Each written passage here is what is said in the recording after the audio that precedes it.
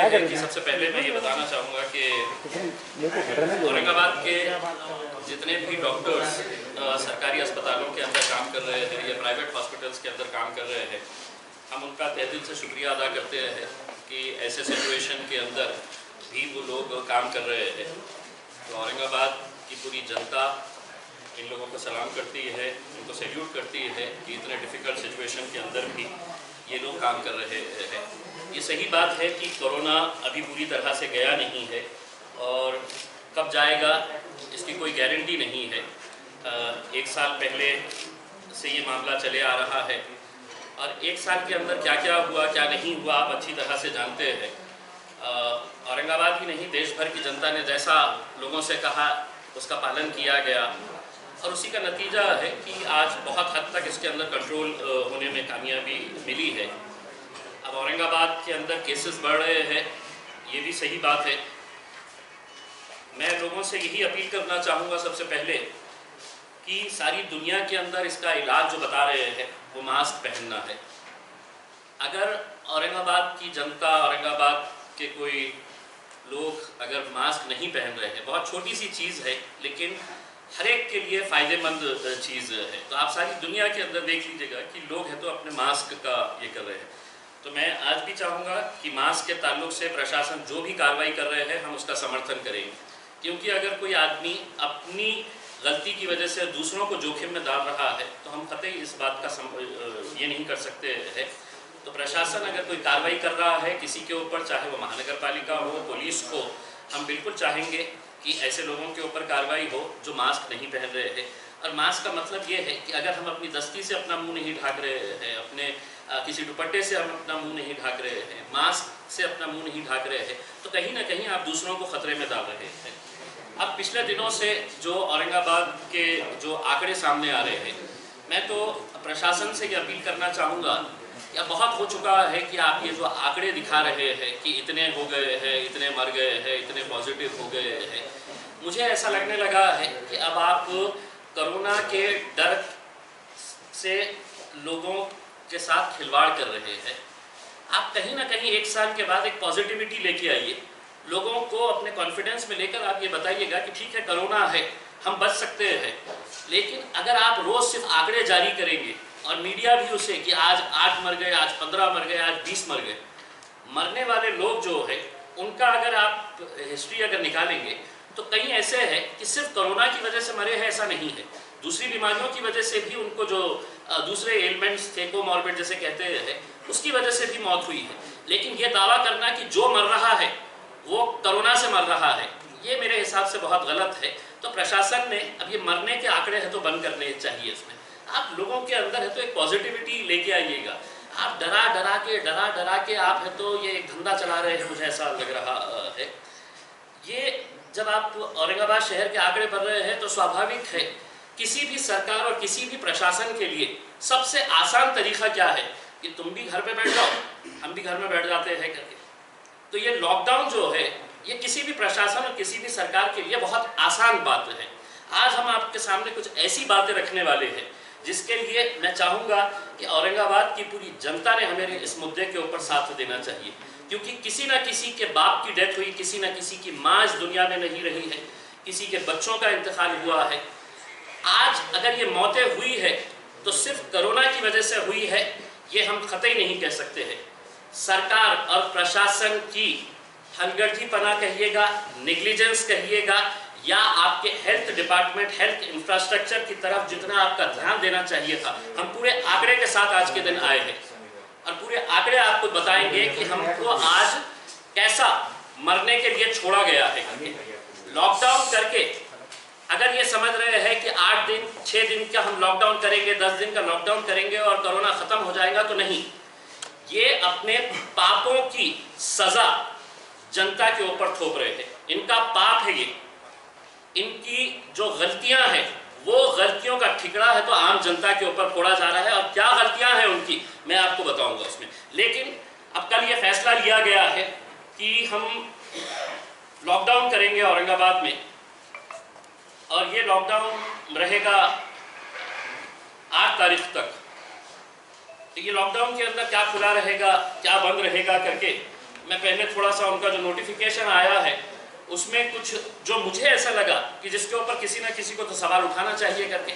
दिक्कत ये है कि आज औरंगाबाद का कोई भी लोक प्रतिनिधि इसलिए बोलने के लिए तैयार नहीं है क्योंकि आज चाहे कांग्रेस हो, राष्ट्रवादी हो, शिवसेना हो, सत्ता की लालच के अंदर कि हमारी कुर्सी ना छूट जाए, तो ये जनता के हितों के बारे में कोई बात करने के लिए तैयार नहीं। प्रशासन कह रहा है आपल्याला हे करायचे आहे, हो साहेब करायचे आहे, आपल्याला हे नहीं करायचे, हो साहेब नहीं करायचे आहे। ये अगर इस तरह का ये है तो कल आपको भी जनता के सामने जाकर खड़े रहना पड़ेगा। क्यों ये आवाज इसके ऊपर उठाई नहीं जा रही है? भाई आप ये समझ लीजिएगा, क्योंकि कोई भी लोक प्रतिनिधि 8-10 लाख लोगों का प्रतिनिधित्व करता है, कोई भी खासदार 10-20 लाख लोगों का प्रतिनिधित्व करता है। कोई अगर नहीं बोल रहा है तो प्रशासन को ऐसा लग रहा है कि सगळे लोक प्रतिनिधि आमच्या बाजूने बोलत आहे, फक्त इम्तियाज जलील कशाला बोलत आहे। मैं बोलूंगा और आगे भी बोलता रहूंगा, आपको पसंद आए या ना आए करके। अब ये जो नोटिफिकेशन जारी किया गया है इसमें मैंने कुछ बात बताया है कि मॉर्निंग वॉक, इवनिंग वॉक इत्यादि प्रतिबंधित राहील, तसे सार्वजनिक ठिकाणी मॉर्निंग वॉक, इवनिंग वॉक। अब आदमी है तो अगर 24 घंटे अगर अपने घर के अंदर रहेगा, बैठे रहेगा, अपने हेल्थ के लिए अगर वो है तो अपनी बीवी के साथ मास्क लगाकर अपने गली के अंदर, अपने कहीं रोड के ऊपर टहल रहा है, वॉक करने के लिए जा रहा है, तो इसके अंदर क्या दिक्कत हो रही है प्रशासन को, इसका प्रशासन ने हमको बताना चाहिए करके। कोई भी वॉक करने के लिए जाता है तो पूरा मोहल्ले को साथ में लेकर नहीं जाता है कि 200 लोग हम वॉक करने के लिए निकले हैं करके। कोई पति पत्नी, कोई भाई बहन, कोई बाप बेटा अगर वॉक करने के लिए जा रहे हैं तो इसके ऊपर प्रतिबंध किस हिसाब से लगाया गया है, आप उनको एक्सप्लेन करिएगा। दूसरा ये है कि मंगल कार्यालय, हॉल, लग्न समारंभ, वाढदिवस, ये कार्यक्रम ये सब बंद रहेंगे। या आदेशानुसार लागू करण्यात येत असलेल्या संचारबंदीच्या कालावधीत केवळ नोंदणीकृत विवाह, रजिस्टर्ड मैरिज अनुयोग्य असेल। मतलब सिर्फ रजिस्टर्ड मैरिज होगी लॉकडाउन के पीरियड में। अब जिसने है तो 2 दिन पहले की, 2 दिन बाद की शादी रखा है, 4 दिन बाद की शादी रखा है, हम चाहेंगे कि प्रशासन ने फौरन आज का आज नोटिफिकेशन निकालना चाहिए कि जिसको भी शादी करना है 24 घंटे के अंदर प्रशासन शादी करके दे डालेगा आपको। अगर प्रशासन को ये नहीं मालूम है कि 1 महीने का समय लगता है नोटिफिकेशन देने के बाद शादी करने के लिए, तो आज आप निकाल दीजिएगा, हम भी इसका समर्थन करेंगे कि सब रजिस्टर्ड मैरिज 24 घंटे के अंदर हो जाएगी। आप ये जो बता रहे हैं कि अब ये इतने लॉकडाउन के पीरियड के अंदर सब रजिस्टर्ड है, आज अगर मैं रजिस्टर नहीं करा है तो 1 महीने के बाद का मुझे टाइम मिलेगा उसमें, ये रूल है। अगर वो रूल अगर बंद कर रहे हैं तो हम भी बोलेंगे ठीक है साहब, जाके रजिस्टर्ड मैरिज करवाइएगा। एक मैटर जो है धार्मिक स्थळे, सार्वजनिक प्रार्थना स्थळ संपूर्ण बंद रहते हैं। इसके मामले के अंदर जितने भी धर्मों के धर्मगुरु है इसके ऊपर ज़्यादा फैसला कर सकते हैं और उनका जो भी फैसला रहेगा वो सभी लोग इसको मानेंगे। ऑटोमध्ये फक्त 2 प्रवाशांना मास्क सह प्रवास अनुयोग्य राहील, दो ही पैसेंजर्स रहेंगे। बसेस चालू रहने वाले हैं। अगर बसेस में अगर माँ बाप बेटा बेटी अगर बस से उतर रहे हैं तो उनको 2 ऑटो लेना पड़ेगा, 4 जने बैठ नहीं सकेंगे, सिर्फ 2 ही लोग बैठ के उसके अंदर जा सकते हैं उसमें। और इसका एक आगे एक भी कनेक्शन है तो वो भी हम दिखाते हैं। एक अहम बात ये है कि ये उद्योग पूरा शुरू रहने वाला है। औरंगाबाद के अंदर अगर आप एक अंदाज़ा अनुमान अगर लगाए तो कम से कम, मुझे एग्जैक्ट आंकड़ा नहीं पता है, लेकिन 2 लाख के करीब लोग सिर्फ बालूच जाते हैं करके मुझे ऐसा बताया गया है। इसके अंदर ये आंकड़े के अंदर 2 के 3 भी हो सकते हैं, लेकिन 2 लाख से किसी तरह के कम नहीं हो सकते हैं। इन्होंने ये कहा है अपने इसमें कि जो अबाधित आवश्यक औद्योगिक व इतर वस्तूची पुरवठा साखळी अबाधित ठेवण्यासाठी आवश्यक अशी स्थानिक आंतरजिल्हा, ये इन्होंने कहा है कि इंडस्ट्री चालू रहेगी सारे प्रिकॉशंस लेकर। क्यों रहेगी? औरंगाबाद की इंडस्ट्रियल लॉबी बहुत स्ट्रॉन्ग है, आप उनके झुकाव के अंदर आ जाएगी। ये 2 लाख 4 लाख जो मजदूर है, जो काम करने वाले हैं, एम्प्लॉयज़ है, कितने सारे लोग आपके अपने गलियों में बस्तियों के अंदर रहते हैं। मैं खुद देखता हूँ कितने कंपनी की बसेस मेरे घर के सामने से रोज़ जाती है, टीवी सेंटर के ऊपर, हड़को साइड के अंदर रहने वाले बसेस भर भर के जाते हैं। ये लोग वहाँ पर जाएंगे और इसका भी एक आपको आगे मैं बताऊँगा, मुझसे ये होने के बाद आप पूछिएगा कि मैंने पिछले जो लॉकडाउन का पीरियड हुआ था उसके अंदर उद्योग का रोल कैसा था, कोरोना बढ़ाने के अंदर मैं आपको सबूत के साथ दिखाऊंगा। कोरोना को बढ़ाने के लिए यहाँ की एक बड़ी इंडस्ट्री ने कैसा अपना रोल अदा किया था, मैं डॉक्यूमेंट्स के साथ मैं आपको बताऊंगा। ई कॉमर्स सेवा उदाहरण अमेझॉन, फ्लिपकार्ट व तत्सम सेवा अत्यावश्यक व इतर घरपोच शुरू राहतील। क्यों सिर्फ अमेज़न और फ्लिपकार्ट ने आपको क्या बोला है? बाकी मेरे मोहल्ले का जो दुकानदार है, अगर कोई सामान देना चाहा, आपने ये स्पेशल प्रिविलेज फ्लिपकार्ट और अमेज़न को क्यों दे रखा है? इनका इंटरेस्ट क्या है कि फ्लिपकार्ट और अमेज़न ने ही बाकी का ये देना चाहिए। अगर कोई फ्रूट वाला, कोई सब्जी वाला, कोई दुकान वाला अगर है तो आपके लॉकडाउन के जो टाइमिंग के बाद अगर देना चाह रहा है तो वो आप उसको अलाउ नहीं करेंगे। और सिर्फ यही दो कंपनीज को क्यों अलाउ किया जा रहा है? महाराष्ट्र राज्य परिवहन महामंडळ खाजगी बस सेवेमार्फत नियमित व रात्रीच्या प्रवासी वाहतुकीस परवानगी राहील, यानी कि दिन और रात रहेगा उसमें। दूसरी तरफ आप ये कह रहे हैं कि ऑटो जो है वो सार्वजनिक तौर के ऊपर 3 व्हीलर्स बंद कर दिए गए हैं। स्थानिक सार्वजनिक व खाजगी बस सेवा, ट्रक, टेम्पो, ट्रेलर स्थानिक सार्वजनिक व खाजगी प्रवासी वाहने 2 चाकी, 3 चाकी व 4 चाकी परिशिष्ट बी मध्ये नमूद केलेल्या सूट व्यतिरिक्त संपूर्णतः बंद राहतील।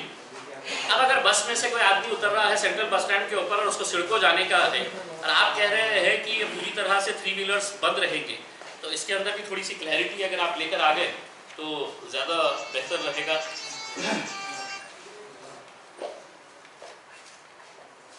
पेट्रोल पंप के अंदर आज भी आपने हालत देखे है कैसी है करके। महाराष्ट्र के अंदर हर जगह बंद है ऐसा नहीं है। आज अगर मेरे किसी परिवार के अंदर कोई इमरजेंसी आ जाती है, मुझे पूना जाना है, मेरे गाड़ी के अंदर पेट्रोल नहीं है या मुझे औरंगाबाद छोड़कर कहीं दूसरी जगह जाने का है, तो आज ये पेट्रोल पंप की जो हालत करके रखे हुए हैं, इसकी वजह क्या है? Petrol diesel comes under essential commodities act. मतलब ये मुझे बताने की जरूरत नहीं है, एसेंशियल कमोडिटीज के अंदर आते हैं ये। इसके अंदर आप अपनी मर्जी के हिसाब से कायदे कानून बना नहीं सकते हैं, गवर्नमेंट का एक्ट है। उस एक्ट के हिसाब से आज आप एक पेट्रोल पंप, अभी दिल्ली गेट के सामने आप लोग जाते जाते, आपसे विनती करूंगा कि आप जाते जाते एक फोटो लेके जाइए। वहां से संगों से लोग खड़े हुए हैं गाड़ियां लेके अपने, उसको स्ट्रीमलाइन करिए पेट्रोल डीजल को। आप वैसे भी लोगों को ये, अगर मुझे पेट्रोल भरा के मेरी 2 व्हीलर के अंदर मुझे जाना है कि जालना जाना है, जालना के अंदर तो खुला है ना, आप पेट्रोल के ऊपर ही ऐसी बंधन लेके आ गए हैं, तो ये इसके ऊपर भी बंधन हटना चाहिए मेरे हिसाब से। ये कुछ मुद्दे हैं। इन्होंने कहा है कि मनरेगा के रोहियों के काम जो है वो शिष्टाचार पाळून कामाच्या ठिकाणी शारीरिक अंतर ठेवावे। अब ये शारीरिक अंतर ठेवावे दूसरी जगह के ऊपर भी लागू हो सकता है। मनरेगा के अंदर शारीरिक क्या होता है पता नहीं है, कितना चिपक के काम करते हैं। एक लास्ट पॉइंट जो है वो बहुत अच्छा है। सेवाभावी संस्था किंवा NGO ही जे गरजू नागरिकांना जेवण इत्यादी मदत देऊ इच्छितात ते पूर्व परवानगीने विहित ठिकाणी व वेळेत हे कार्य करू शकतात। तुम्हारा काम क्या है? हम लॉकडाउन कर देंगे, NGO तुम खाना बना के खिला देना इन लोगों को। सेवाभावी संस्था तुम्हारा काम है खाना खिला देना उनको, हमने तो बंद कर दिए हैं और खिलाना भी है तो हमारे से आके परमिशन लेना। मैं तमाम NGO से ये रिक्वेस्ट करूंगा कि हमको जितना करना था हमने करे हैं, लेकिन अब इनकी ये आदत हो गई है कि हम लॉकडाउन करेंगे, खिलाने के लिए तो ये है ना उसमें, ये खिलाएंगे नहीं। आप फैसला ले रहे हैं, खिलाने की जिम्मेदारी आपकी रहेगी प्रशासन की। हम आपसे ये मांग करते हैं, चाहे वो पुलिस डिपार्टमेंट हो, म्युनिसिपल कमिश्नर हो या डिस्ट्रिक्ट कलेक्टर हो, 150 सेंटर्स औरंगाबाद के अंदर खाने के खोले जाए, खाना तैयार करें, एक वार्ड के अंदर, एक मोहल्ले के अंदर एक खोले, 50-50 की जिम्मेदारी ले ले। मनपा आयुक्त ने बोलना कि साहब मैंने मास्क के ऊपर है तो करोड़ों रुपये कमा लिया है, प्लास्टिक के ऊपर करोड़ों रुपये कमा लिया है मेरे महानगर पालिका को, अब ये जनता के ऊपर खर्च करिए। 50 खाने के स्टॉल्स बांट लीजिएगा कि साहब ये एरिया के अंदर है तो मैं बनाऊंगा महानगर पालिका की तरफ से।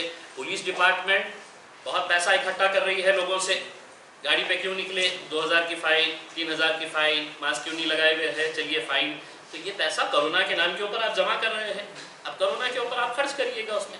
जिलाधिकारी के पास है तो बहुत सारा पैसा है कोविड का रखा हुआ है, उसके अंदर 50 से 50 बहुत ज़्यादा नहीं है।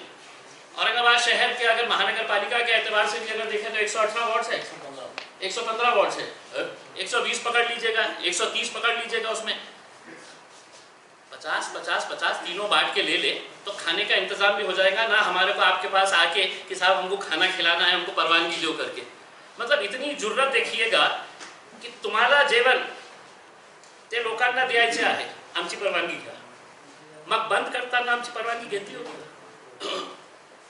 बंद आम्ही करणार आहे, त्यांच्या जेवणाच्या बाबतीत आम्ही विचारणार होतो काय व्यवस्था त्यांच्यासाठी केलेली आहे करके, तर काही उत्तर त्यांच्याकडे नसलं असतं।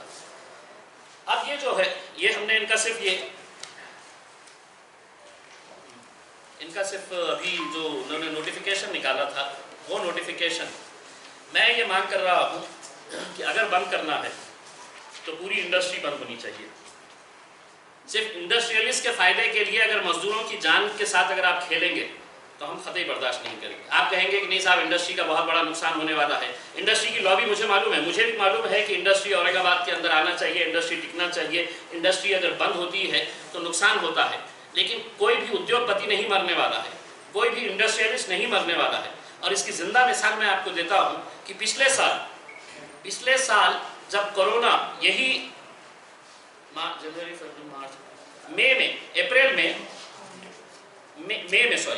मई में जब कोरोना बहुत पीक के ऊपर था, तब है तो इन्होंने पहले तो इंडस्ट्री बंद किए, फिर उसके बाद इंडस्ट्री को खोलने की इजाज़त दिए।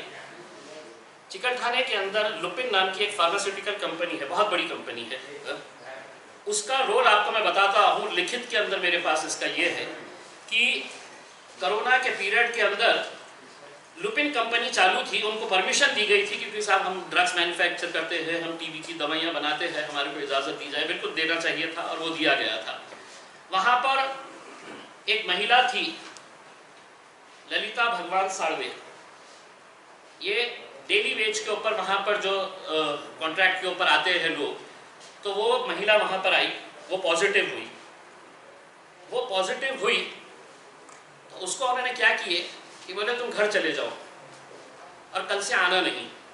ये लुपिन फैक्ट्री का ये रिटर्न के अंदर है मेरे पास, उनका क्वेश्चन भी है, उनके रिप्लाई भी है कि कल से आना नहीं करके।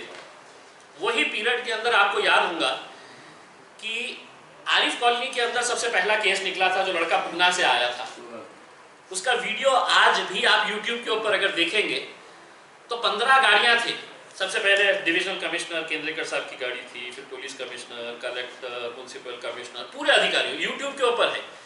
15 गाड़ियां थे, गिन के ले लेना आपने, 15 4 व्हीलर्स गाड़ियां थे, जुई लाइट लगा के है तो आरिफ कॉलोनी के ऊपर पहुंचे थे, जैसा मानो है तो एक आतंकी पकड़ा गया है बहुत बड़ा करके। वो विजुअल्स आज भी है।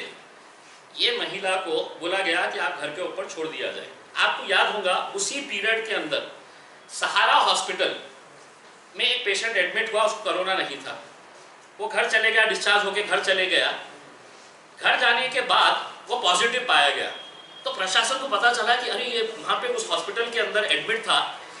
तो इन्होंने सहारा हॉस्पिटल में गए और हॉस्पिटल जहाँ पर लोगों का ट्रीटमेंट हो रहा था, वो सहारा हॉस्पिटल 15 दिन के लिए सील कर दिया गया था। 15 दिन के लिए, ये उसी पीरियड के अंदर जहाँ पर है तो लुपिन का ये पेशेंट पकड़ी गई थी। अब लुपिन ने तो अपना ये दिए कि नहीं साहब, हमने ये जो महिला के कांटेक्ट में 58 लोग आए थे, हमने उनको भी बोले थे कि थोड़ा सा सावधान रहना है करके। उस वक्त का गवर्नमेंट का नोटिफिकेशन था कि फौरन है तो एरिया सील हो जाना। उसके बाद है तो गवर्नमेंट ने डाला कि आपने उसको सैनिटाइज करना, इतने दिन बंद करना, पूरे एरिया को सैनिटाइज करके ये करना। जिस वक्त ये महिला पॉजिटिव पाई गई थी तो उस वक्त कोई सरकार की तरफ से ये नहीं था कि इंडस्ट्री में अगर कोई केस पॉजिटिव आता है तो क्या करना चाहिए, ये बाद में नोटिफिकेशन निकला था। इन्होंने क्या किए कि फ्राइडे के दिन या सैटरडे के दिन था, उनकी कंपनी को वैसे भी छुट्टी थी, इन्होंने 2 दिन है तो कंपनी बंद करे और तीसरे दिन से सबको बुला लिए।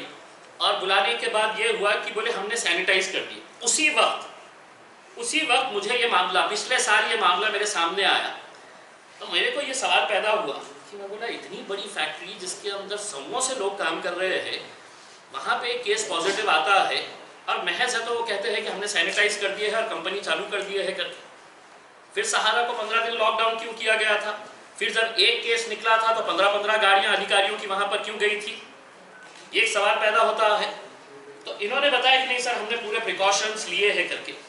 अब एक सवाल ये था कि मैंने क्या करना, उस वक्त मुझे पता था ये जो महिला रहती थी ये मुकुंदवाड़ी संजय नगर, और आप लोगों को मालूम होगा कि उस पीरियड के अंदर सबसे ज्यादा हॉटस्पॉट अगर कोई था तो संजय नगर था।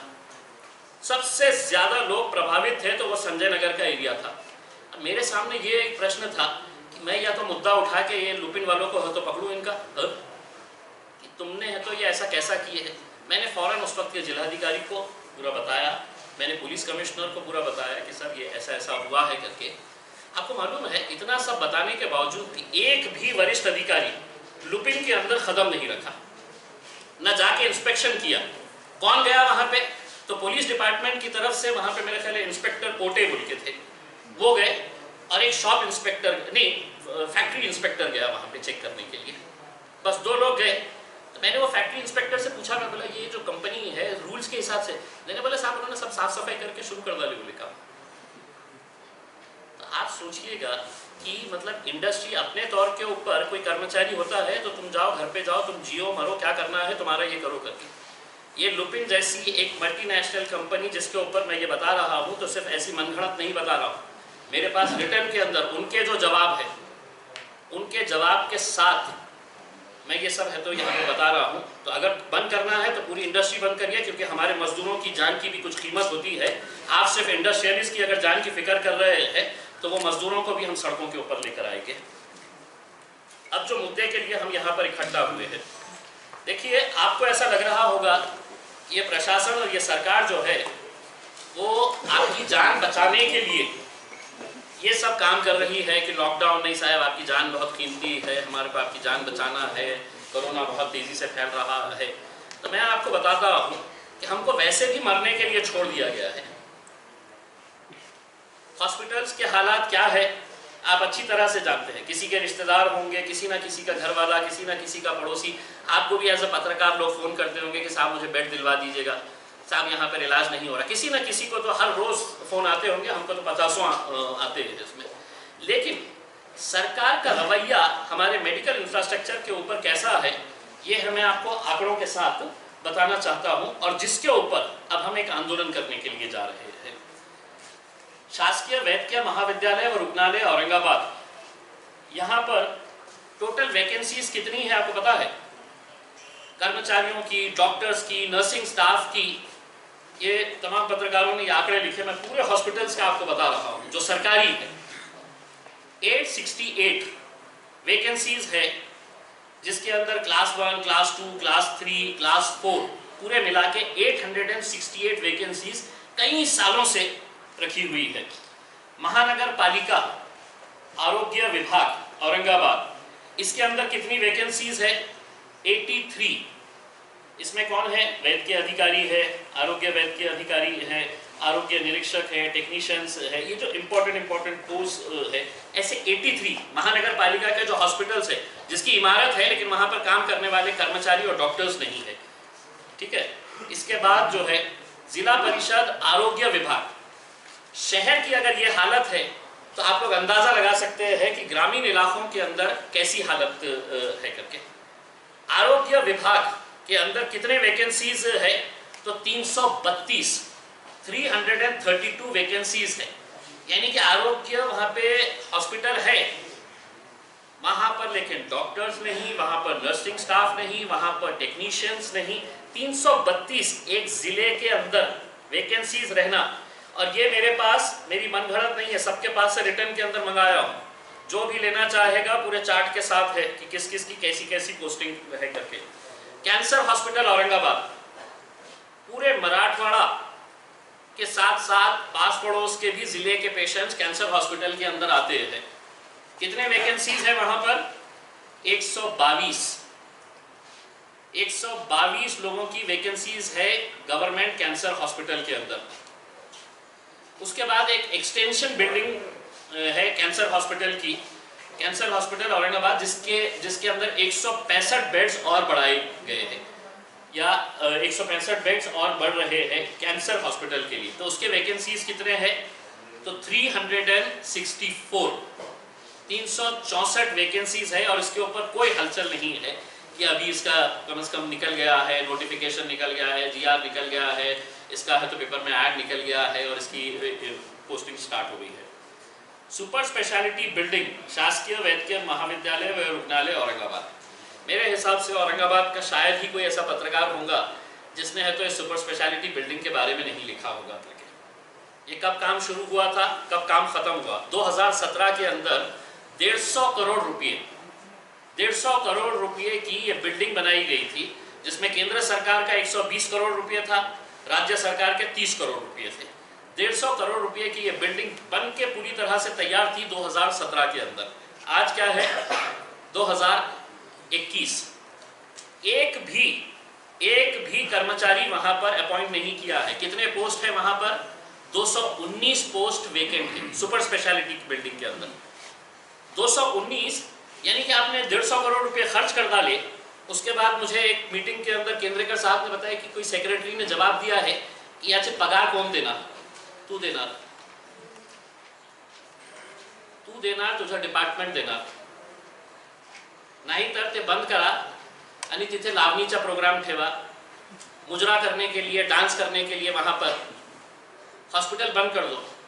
तुमको पता नहीं है हॉस्पिटल बनाते वक्त वहां पे क्या नाच गाने का प्रोग्राम होने वाला है, क्या फिल्म बनने वाली है, थिएटर बनने वाला है वहां पे? कि 2017 से है तो तुमने एक कर्मचारी वहां पर लगाए नहीं है। इसके बाद 200 बेड का वुमेन एंड चाइल्ड हॉस्पिटल जो क्रांति चौक के ऊपर, जालना रोड के ऊपर। ये सब चीजें आप लोग को इसलिए बताना है कि ये सरकार आपकी चिंतित नहीं है, आपके बारे में फिक्र नहीं कर रही है। आपको तो वैसे भी मरने के लिए छोड़ी है, डेली आपके मरने का सिर्फ आंकड़ा दे रही है। जिंदा रहने के लिए अब हमको लड़ना है। ये 200 बेड का हॉस्पिटल 2013 के अंदर सैंक्शन हुआ था। 7 एकड़ जगह चाहिए था, 7 एकड़ जगह ये दे नहीं सक रहे थे। हमने विधानसभा के अंदर चिल्लाए, जब मैं आमदार था, मुद्दों को उठाए बार बार। मेरे साथ कई मर्तबा अंबादास दानवे ने भी है तो इस मुद्दे को उठाया, लेकिन 7 एकड़ जगह इनको नहीं मिल रही थी। जब किसी के कान पे जू नहीं रेंग रही थी तो फिर मुझे फाइनली बॉम्बे हाई कोर्ट के अंदर एक पब्लिक इंटरेस्ट लिटिगेशन डालना पड़ा और कोर्ट से ये विनती करना पड़ा कि साहब ये पैसा आया हुआ है, ये हॉस्पिटल औरंगाबाद के लिए जरूरी है। तब कोर्ट ने है तो ऑर्डर दिया कि टाइम बाउंड प्रोग्राम के अंदर अब ये पूरा हो गया, उसका टेंडरिंग प्रोसेस हो गया, किसी को मिल भी गया है, वो काम मिल गया है। कोई एक दूसरा ठेकेदार कोर्ट में चले गया फिर से कि नहीं साहब मेरे को ठेका क्यों नहीं मिला है करके। ये 2013 का प्रोजेक्ट है। ये पीडब्ल्यूडी वाले झकमरा रहे हैं। पीडब्ल्यूडी मंत्री को यह समझ में नहीं आ रहा है कि यह हॉस्पिटल कितना है, आरोग्य मंत्री को यह समझ में नहीं आ रहा है कि 200 बेड का हॉस्पिटल हमारे लिए कितना मायने रखता है करके। लीजिए और एक 300 बेड की आयुष मिनिस्ट्री ने 300 बेड का एक हॉस्पिटल औरंगाबाद को दिया आयुष मिनिस्ट्री ने। ये कब का लेटर है? 7/11/2019। 2019 हम 21 के अंदर है तो उसके अंदर ये लेटर आया था कि जिला रुग्णालय ठाणे, रायगढ़, रत्नागिरी, औरंगाबाद, हिंगोली राष्ट्रीय आयुष अभियान कार्यक्रमाअंतर्गत जिल्हा स्तरावर 30 खटांचे आयुष्य रुग्णालयाबाबत ये एक नोटिफिकेशन उन्होंने जारी किए कि यहाँ पे है तो आपको 30 बेड का हम एक हॉस्पिटल दे रहे हैं आयुष मिनिस्ट्री की तरफ से, और इसके लिए आपको ये डॉक्यूमेंट्स बनाना है, ये प्रपोजल तैयार करना है और हमको लैंड की डिटेल्स फॉरवर्ड करना है। 2019 का। उसके बाद ये हुआ है कि 6/2/2020, 6 फरवरी 2020, ये 2021 है, फरवरी चले गया है, यानी कि 1 साल 1 महीना हो गया है। इसके बाद ये आरोग्य विभाग जिला परिषद औरंगाबाद एक पत्र लिखता है जिला शल्य चिकित्सक, और उसको ये बताता है कि हमको सेंट्रल गवर्नमेंट ने, आयुष मिनिस्ट्री ने, ये 30 बेड का हॉस्पिटल है तो हमको सैंक्शन किया है, इसके लिए हमको जमीन की रिक्वायरमेंट है, आप फौरन हमको जमीन दे। कितनी जमीन चाहिए? आयुष रुग्णालयासाठी जागा उपलब्ध नसल्यास जिल्हा स्तरावर जिल्हा मुख्यालयाच्या ठिकाणी म्हणजे औरंगाबादमध्ये शहराच्या मध्यवर्ती ठिकाणी किंवा जनतेस सोयीस्कर ठिकाणी 3 ते 4 एकर किंवा किमान 1 ते 2 एकर जागा उपलब्ध असणे आवश्यक आहे। यामध्ये आयुष रुग्णालय इमारत बांधून वनौषधी उद्यान उभारण्यात येईल व अधिक जागेत अधिकारी कर्मचाऱ्याचे निवासस्थान बांधण्यात येईल। मैंने 2 मीटिंग्स के अंदर पालक मंत्री की मौजूदगी के अंदर दोनों मर्तबा ये डॉक्यूमेंट के साथ ये बोला कि साहब ये औरंगाबाद के अंदर ये 30 बेड का एक हॉस्पिटल आ रहा है जिसके अंदर सिर्फ आपको जगह देना है, सेंट्रल गवर्नमेंट से पूरा पैसा हम लेकर आ रहे हैं। तो ये 2 एकड़ जगह के लिए 2019 से लेकर 2021 तक आ गया है, अभी तक ये जगह के बारे में फाइनल नहीं हुआ है। अब सवाल ये पैदा होता है कि इतने सारे चीज़ें होने के बावजूद सरकार ये तो नहीं कह सकती है कि हमारे पास पैसा नहीं है, तो हम ये कहाँ से करेंगे करके। वो सेक्रेटरी साहब जो थे जिन्होंने ये सवाल किया है, ये पगार कौन देना, तो हमारा ये सवाल है, इस बजट के अंदर 400 करोड़ रुपए बाल ठाकरे साहब के स्मारक के लिए दिए गए हैं। बजट के अंदर 400 करोड़ रुपए। तो आज इस राज्य के अंदर आपको क्या चाहिए? हॉस्पिटल चाहिए, और अगर हॉस्पिटल बन के इमारत तैयार है तो वहाँ पर डॉक्टर्स चाहिए, नर्सिंग स्टाफ चाहिए, दूसरे लोग चाहिए। अब हमारे सामने एक सवाल है, या तो इनके लॉकडाउन को मानो, घर में बैठ जाओ, ऐसा पीछे खामोश बैठो, बैठ जाओ, या तो खामोश बैठ जाए इनके लॉकडाउन को मानते हुए, और ये जो दावा कर रहे हैं कि नहीं हमको तुम्हारी चिंता है, तो अब हम तुमसे ये पूछ रहे हैं, इसके बारे में अगर आप चिंता कर लेते तो लॉकडाउन करने की जरूरत नहीं रहती।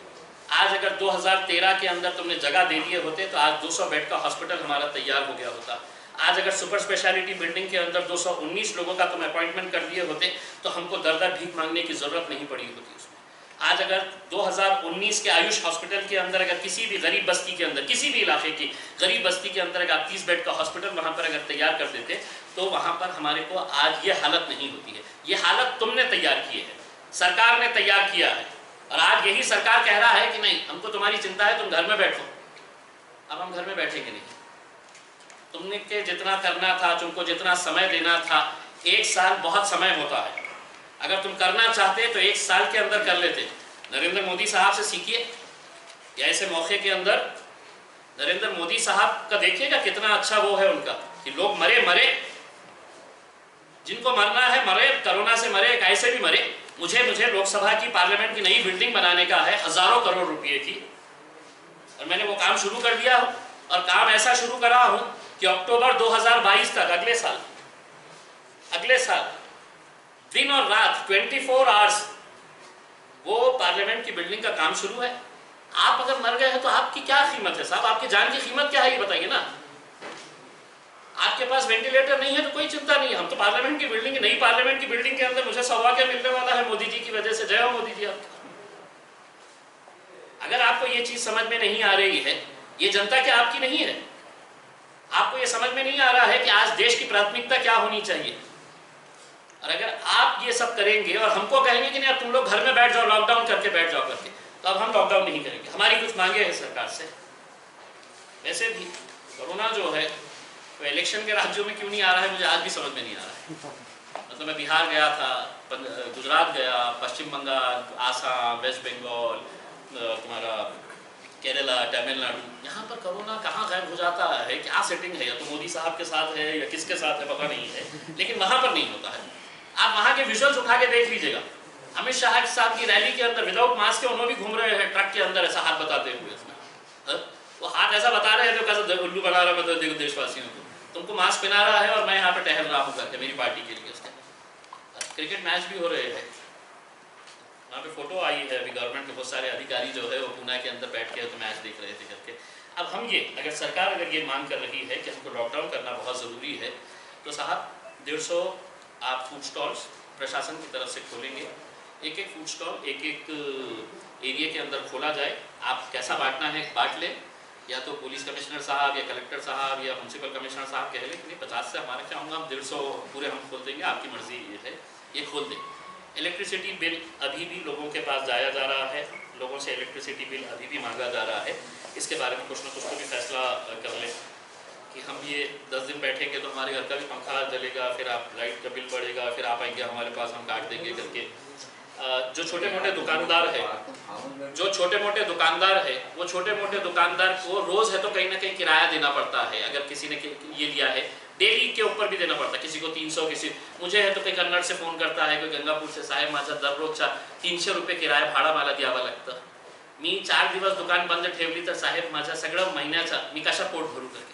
ये डेली इस तरह के फ़ोन आते हैं। आप बंद कर रहे हैं, बंद करिएगा। ये लोगों का जितना भी बंद के पीरियड का किराया रहेगा वो प्रशासन अपनी तरफ से बेयर कर ले, कोई बहुत बड़ी रकम नहीं है। आप तो एक छोटी छोटी चीज़ के लिए 400-400 करोड़ रुपए दे देते हैं, तो आपको कोई चिंता नहीं होनी चाहिए इसमें।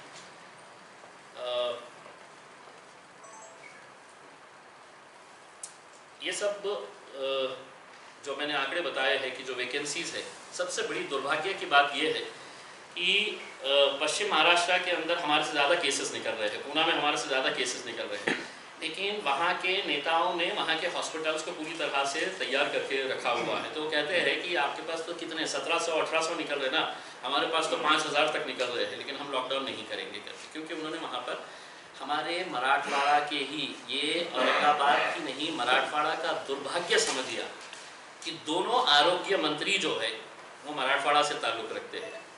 एक अमित देशमुख साहब जिनके पास आरोग्य डिपार्टमेंट है, और दूसरे राजेश टोपे साहब जो हमारे पड़ोस के अंदर मराठवाड़ा के अंदर रहते हैं। तो दोनों आरोग्य मंत्री मराठवाड़ा के रहने के बावजूद भी अगर इतनी सारी पोस्ट अगर खाली है, तो अब आप बताइए हमने क्या करना। अब हम खामोश नहीं बैठेंगे। और पिछले कल जब से ये नोटिफिकेशन निकला है, आप अगर लोगों की मांग अगर देखेंगे, चाहे वो सोशल मीडिया के ऊपर देखिए, मतलब नॉन स्टॉप लोगों के फ़ोन आ रहे हैं कि साहब ये रूप देव नका। हम चाहते हैं कि कोरोना ख़त्म होना चाहिए, लेकिन अगर आप सिर्फ 8 दिन के अंदर ये करेंगे और उसके बाद फिर हमको और 4 साल है तो सुपर स्पेशलिटी की बिल्डिंग खाली पड़ी रहेगी, हॉस्पिटल के अंदर कोई अपॉइंटमेंट नहीं होगा, कोई रिक्रूटमेंट नहीं होगा, तो वैसी ही परिस्थिति रहने वाली है। मरने वाले लोग जो है वो सिर्फ कोरोना से मरे नहीं है, आपकी गलतियों की वजह से भी मरे हैं, क्योंकि किसी को वेंटिलेटर नहीं मिला, किसी को बेड नहीं मिला। आपने वो तस्वीरें देखी होंगी कि एक एक बेड के ऊपर 3-3 लोग बैठे हुए हैं, 3-3 लोग जिनके ऊपर ये लगा हुआ है ऑक्सीजन का। कहाँ है तस्वीरें, है क्या? लेके आइए। तो वो लोग जो है वो कौन है? कोई गरीब लोग है ना उसमें, उनके बारे में कोई बात करेगा नहीं करेगा? ये आप लोगों ने फोटो देखे होंगे मेरे हिसाब से, देखे सबने देखे होंगे। तो ये इसके बारे में किसी ना किसी ने तो सोचना चाहिए ना। अब ये 30 तारीख से है तो ये वो करने चाह रहे हैं। मैं औरंगाबाद की जनता से हाथ जोड़कर ये अपील करना चाह रहा हूँ, कल हो सकता है ये कोरोना हमारे घर में भी आ जाए, हमारे परिवार को भी परेशान करे। जिसके पास पैसा है वो प्राइवेट हॉस्पिटल के अंदर चले जाएगा, लेकिन वो गरीबों के बारे में भी सोचना पड़ेगा जो इन सरकारी अस्पतालों के अंदर जाता है और वहाँ पर उसको पता चलता है कि बेड अवेलेबल नहीं है। किसी की माँ फर्श के ऊपर पड़ी हुई है, किसी की बहन है तो किसी के साथ है तो एक बेड के ऊपर पड़ी हुई है, क्योंकि उनकी सबकी जद्दोजहद जो है वो अपनी जान बचाना है, ज़िंदगी किसी तरह से बचाना है। 31 तारीख के दिन, 30 तारीख के दिन प्रशासन ने ये फैसला किया है कि हम लॉकडाउन औरंगाबाद में शुरू करेंगे। 31 तारीख के दिन दोपहर 3 बजे पैठन गेट से पूरे नियमों का पालन करते हुए एक एक व्यक्ति मास्क लगाए हुए हम पैठन गेट से जिलाधिकारी ऑफिस तक एक मोर्चा निकालेंगे। और इस मोर्चे के अंदर वो लोग शामिल रहेंगे जो ये मांग करेंगे कि तुम ये हमको बताओ कि ये पोस्ट कब भरने वाले हैं करके। कोरोना से लड़ाई के अंदर हम भी साथ देंगे, लेकिन अगर मरना वैसे भी है और ऐसे ही है तो हम लड़कर मरेंगे। हम 30 तारीख के दिन 30 तारीख के दिन आप लगा दीजिएगा। औरंगाबाद के अंदर जो लोग अगर ऑटो रिक्शा वाले हैं तो पूरे ऑटो रिक्शा के साथ आप पैठन गेट से इस मोर्चे के अंदर शामिल होंगे। जो इंडस्ट्री के अंदर जाने वाले मजदूर हैं, काम करने वाले एम्प्लॉइज़ हैं, वो 31 तारीख के दिन अपने कंपनियों को ना जाकर आप इस मोर्चे के अंदर शामिल हुई, क्योंकि किसी ना किसी को कहीं ना कहीं खड़े रहने की ज़रूरत है। छोटे छोटे होटल वाले, दुकानदार, कारोबार, ठेला लगाने वाले, सब्जी तरकारी बेचने वाले, ये सभी लोगों को एक बार सड़क के ऊपर आना पड़ेगा। ये लड़ाई इसलिए नहीं रहेगी कि हम इनके लॉकडाउन का विरोध कर रहे हैं, नहीं, ये तुम्हारी असलियत हम खोल के रखे हैं।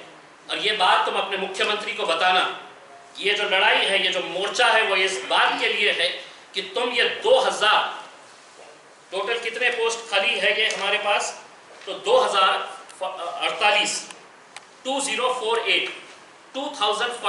पोस्ट जो है, जो जिला परिषद के अंदर है, जो महानगर पालिका के हॉस्पिटल्स के अंदर है, super speciality, Ghati hospital, cancer hospital, civil hospital के अंदर है, ये पोस्ट कब भरेंगे? जब तक हम सड़क के ऊपर आएंगे नहीं, आपको रोज सिर्फ आंकड़े सुनने को मिलेंगे प्रशासन की तरफ से कि इतने लोग आज मर गए हैं। आपको डराया जाएगा। अगर मरना वैसे भी है तो क्यों ना एक बार उन लोगों के लिए रास्ते के ऊपर उतरा जाए। तो मैं औरंगाबाद के तमाम लोगों से और तमाम राजनीतिक पार्टियों से ये कहना चाहूँगा, जिनके नेता बोल नहीं रहे हैं, मैं समझ सकता हूँ, लेकिन वो अपने कार्यकर्ताओं को उतारिए। ये मोर्चा इम्तियाज जलील किसी राजनीतिक पार्टी का नुमाइंदा बोल के नहीं कर रहा है। मी औरंगाबादचा खासदार या नात्याने माझी जबाबदारी आहे सर्व जिल्ह्याची। तो मैं वो जिले की जिम्मेदारी निभाते हुए मैं तमाम राजनीतिक पार्टी के लोगों के, तमाम जितने भी धर्म मजहब के लोग हैं, ये सभी लोगों से अपील करूंगा कि 31 तारीख के दिन, मुझे मालूम है कि ये जो पॅन्डेमिक ॲक्ट है, आपने नोटिफिकेशन निकाल दिए की तुम्ही कोणताही जुलूस काढू शकत नाही, तुम्ही हे करू शकत नाही, ते करू शकत नाही, माहीत आहे आम्हाला सगळ्याला, तुम्ही आमच्यावर कारवाई करणार हे पण माहीत आहे आम्हाला। लेकिन उसी पैंडेमिक एक्ट के तहत मैं प्रशासन को और सरकार को एक बात कहता हूं कि उसी पैंडेमिक एक्ट के अंदर प्रशासन को ये राइट दिया गया है कि आप कोई भी इंस्टीट्यूशन अपने कब्जे में ले सकते हैं, चाहे वो प्राइवेट रहो या कोई भी रहो।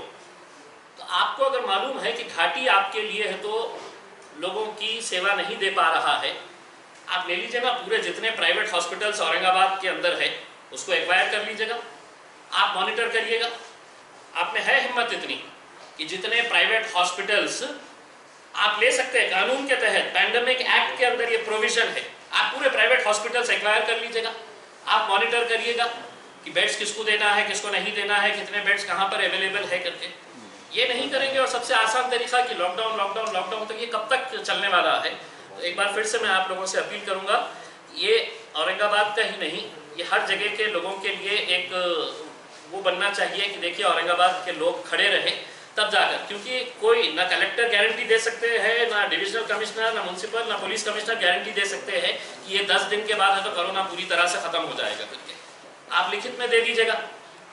आपको तो मैंने कहा हूं कि साहब ये आप इंडस्ट्री खोले रखेंगे, सुबह 6 बजे से 8 बजे तक ये चालू रहेगा, 8 बजे से 12 बजे तक चालू रहेगा। अगर आपको चेन तोड़नी है तो आप 3 दिन 4 दिन 5 दिन का कंप्लीट लॉकडाउन करिए, कंप्लीट। इंडस्ट्री भी बंद रहनी चाहिए, हर चीज बंद रहनी चाहिए, हम देते हैं आपको, सपोर्ट करते हैं। लेकिन नहीं, इंडस्ट्री को हम कैसा सताएंगे, इतनी बड़ी लॉबी है, उनको कैसा हम नाराज करेंगे, प्राइवेट हॉस्पिटल्स का हम कैसा एक्वायर करेंगे, इतनी बड़ी लॉबी है उनकी, अपनी मर्जी से वो जितना बिल चाहे वो बना रहे हैं, पेशेंटों को लूट रहे हैं, ये सब आप जानते हैं। मेरा यही कहना है कि 31 तारीख के दिन आप सभी लोग, मैं पत्रकारों से ये अनुरोध करूंगा कि इसके अंदर देखिए ये एक पब्लिक से जुड़ा हुआ मुद्दा है, किसी ना किसी को तो ये खड़े रहने की जरूरत है, और अगर हम नहीं खड़े रहेंगे तो हो सकता है कि आगे जब हमारे ऊपर दिक्कत आएगी, जब किसी गरीब के ऊपर दिक्कत आएगी और वहाँ पर उसको पता चलेगा कि नहीं, मैं मेरी माँ को है तो एक बेड तक नहीं दे सका हूँ, बेड दिलाया हूँ तो वहाँ पर उसको इलाज करने के लिए वहाँ पर नर्स नहीं थी, डॉक्टर नहीं थे। आज माइल्ड ये हो रहा है कोरोना का, बहुत सारे लोग हैं तो अपने, मैं खुद इम्तियाज जलील, मैंने कोरोना से गुजरा हूँ, मैंने टाइम के ऊपर इलाज किया, हॉस्पिटल के अंदर गया, कई दिन घर के अंदर है तो आइसोलेशन के अंदर रहा और बेहतर होके आया। मैं औरंगाबाद के नौजवानों से खास तौर से ये अपील करना चाहूँगा कि जितने भी लोग मरने की खबर आ रही है वो उनके पिताजी है, उनके वालिद है, उनके दादा है, उनके नाना है, यानी कि सब बुजुर्ग लोग जो उम्र जिनकी हो गई है वो लोग हैं। मैं उन बच्चों से अपील करना चाहूँगा कि अपने माँ बाप के पास जाइए, बैठिए और उनको ये समझाइए कि कोरोना कोई बहुत बड़ी बीमारी नहीं है कि जिससे आपकी जान चली जाए।